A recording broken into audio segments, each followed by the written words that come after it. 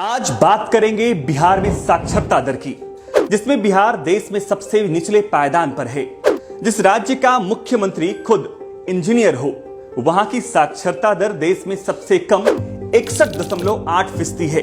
जबकि बजट के लिहाज से नीतीश सरकार सबसे ज्यादा फोकस शिक्षा पर देने का दावा करती है। इसके बावजूद राज्य के 1/3 से भी ज्यादा लोग निरक्षर हैं। बिहार में पुरुष साक्षरता दर 70.32% है और महिला साक्षरता दर 53.57%, जबकि राष्ट्रीय औसत 74.04 है। पूर्णिया, सीतामढ़ी, कटिहार, मधेपुरा, सहरसा, अररिया और शिवहर जैसे जिलों का सबसे बुरा हाल है। इन जिलों की साक्षरता दर 55% से भी नीचे है। बिहार सरकार ने अपने सबसे बड़े बजट शिक्षा बजट का किस तरह दुरुपयोग किया है, वो भी सुनिए। वित्त वर्ष 2023-24 के बजट में बिहार सरकार ने शिक्षा पर सर्वाधिक 40,450 करोड़ रुपए खर्च करने की बात कही, जबकि वित्तीय वर्ष 22-23 के बजट में राशि 39,191 करोड़ रुपए थी।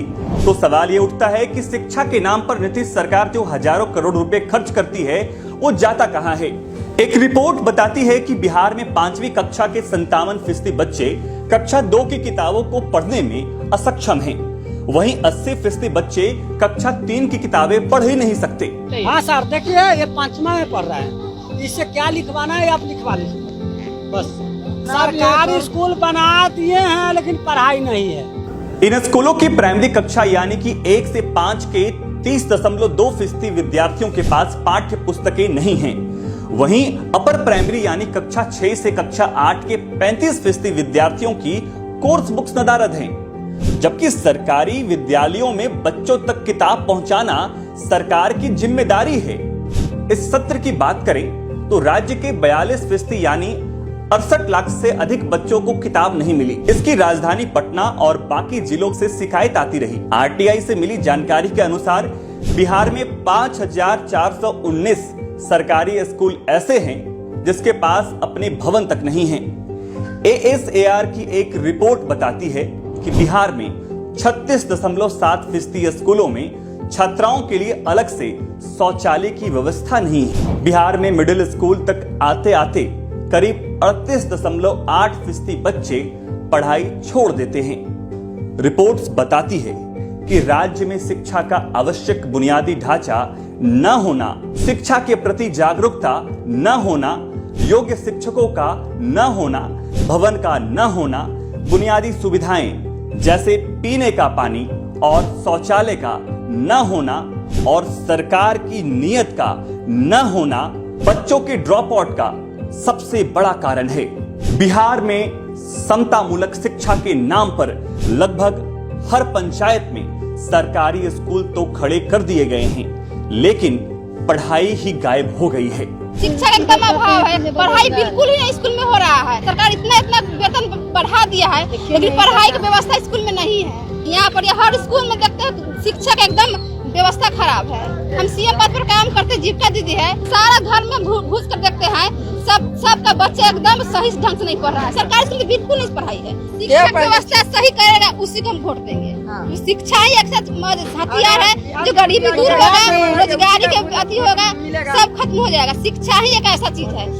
आज बिहार की शिक्षा व्यवस्था कुछ ऐसी हो गई है कि स्कूलों को खिचड़ी बांटने और कॉलेजों को डिग्री बांटने के लिए इस्तेमाल किया जा रहा है। आपको बिहार में संविदा पर लाखों की संख्या में शिक्षकों की नियुक्ति याद होगी। नीतीश सरकार की नियोजन प्रक्रिया में इतनी खामियां रही कि बड़ी संख्या में फर्जी डिग्री वाले शिक्षक भी नियुक्त हो गए। बाद में पटना हाईकोर्ट को बीच में आना पड़ा। 2014 में कोर्ट ने फर्जी डिग्री या सर्टिफिकेट के आधार पर शिक्षक की नौकरी प्राप्त करने वालों को खुद इस्तीफा देने का आदेश दिया और कहा था कि स्वयं इस्तीफा दे दें तो कार्रवाई नहीं की जाएगी। गिरफ्तारी के डर से 1500 शिक्षकों ने इस्तीफा दे दिया था।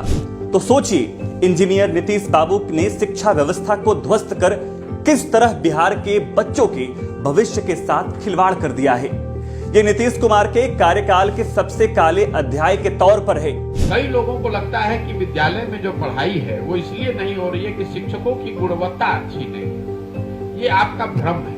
चाहे विद्यालय अच्छा हो या खराब, नियोजित हो या पुराना, हर तरीके के विद्यालयों में पढ़ाई पूरी तरीके से बंद हो गई है। शिक्षकों की गुणवत्ता या शिक्षकों की ईमानदारी न होना, ये शिक्षा व्यवस्था के ध्वस्त होने में एक छोटा सा पहलू, महत्वपूर्ण है लेकिन छोटा पहलू। उदाहरण के तौर पे आप बिहार के कॉलेज को देख लीजिए। कॉलेज में तो नियोजित शिक्षक नहीं है, कॉलेज में तो परमानेंट टीचर्स हैं, वहां पर बिल्डिंग भी है, चारों लड़कों ने कॉलेज में नामांकन करा रखा है, लेकिन कॉलेज में भी पढ़ाई नहीं हो रही है। स्कूल से खिचड़ी बट रहा है और कॉलेज से डिग्री बट रहा है, पढ़ाई दोनों में कहीं नहीं हो रहा है। और इसकी वजह जो मुझे समझ में आई है, ये जो समता मूलक शिक्षा नीति के बनाने के चक्कर में कि हर गांव हर प्रखंड में किसी तरह कोई एक विद्यालय के नाम पर बिल्डिंग बना दिया जाए, नतीजा ये हुआ कि जहां बिल्डिंग बनाए गए वहां शिक्षक नहीं है, जहां शिक्षक है वहां बिल्डिंग नहीं है, जहां दोनों है वहां बच्चे और पढ़ाई नहीं है,